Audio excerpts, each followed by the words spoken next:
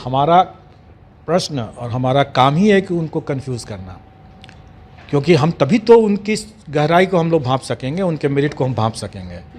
तो ये उम्मीद करना है कि हम प्रश्न जो पूछेंगे वो सीधा साधा क्वेश्चन पूछ देंगे तब तो सभी आंसर दे देंगे। तो अब बात ये उठती है कि अगर हम कंफ्यूजिंग क्वेश्चन पूछेंगे ही पूछेंगे तो उनको क्या करना चाहिए। स्वाभाविक है कि उनको अपना डेप्थ बढ़ाना पड़ेगा। सतही ज्ञान से काम नहीं चलेगा, उनको डेप्थ में जा कर के पढ़ना पड़ेगा। सतही ज्ञान से कभी नहीं चल सकता है। जैसे कुछ बच्चे ऐसे होते हैं जो दरोगा भी दे देते हैं, यूपीएससी भी देते हैं, बीपीएससी भी दे देते हैं, हर एग्ज़ाम देते हैं और फिर सवाल खड़े करते हैं। नहीं, वो स्वाभाविक है कि वो अपने अपने विकल्पों को, अपने ऑप्शंस को मैक्सिमाइज़ करने का कोशिश करते हैं, क्योंकि अगर यहाँ नहीं होगा तो कहीं और होगा, कहीं और होगा। उसमें कोई हर्ज की बात नहीं है। तो हर किसी का अलग होता है, होता ही है, होना ही है, स्टैंडर्ड भी अलग होगा। लेकिन अगर बीपीएससी की, अगर जैसे कंबाइंड सिविल सर्विसेज की परीक्षा या फॉर दैट मैटर कोई भी टेक्निकल परीक्षा को भी अगर आपको करना है तो आपको उसके डेप्थ में जाके करना होगा। ऐसा नहीं कि एकदम क्लियर कट आंसर अगर देना होगा तो अगर आप आसानी से दे सकते हैं तो और भी लोग दे देंगे। तो जब और भी लोग दे देंगे तो फिर आपका कैसे होगा, और लोगों का भी हो जाएगा।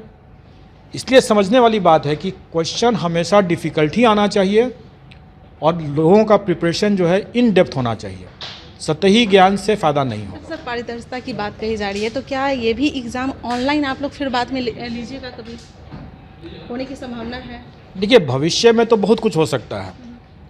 निकट भविष्य में मैं नहीं समझता हूँ कि हम लोग अभी ऑनलाइन करेंगे, लेकिन भविष्य तो परिवर्तन की बात ही है। हमारे रिसोर्सेज बढ़ेंगे, हमारे चीज़ें बढ़ेंगी, टेक्नोलॉजी बढ़ेगा। जैसे मैंने अभी थोड़ी देर पहले कहा कि एआई टूल से भी इवैल्यूएशन की बात हो सकती है।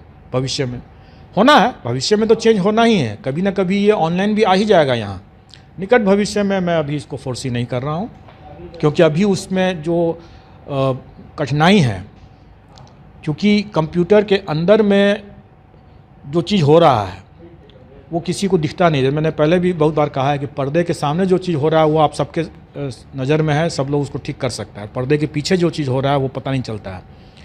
और कंप्यूटर के अंदर में क्या सॉफ्टवेयर है और किस तरह से उसको हैक किया गया है, चाहे सॉफ्टवेयर से या हार्डवेयर से, ये पता करना बहुत मुश्किल है। अभी आप लोगों ने एक पेपर में देखा भी होगा, किसी परीक्षा में किसी पेपर में निकला भी था कि कैसे हार्डवेयर को हैक करके, मैनिपुलेट करके वो किया गया था।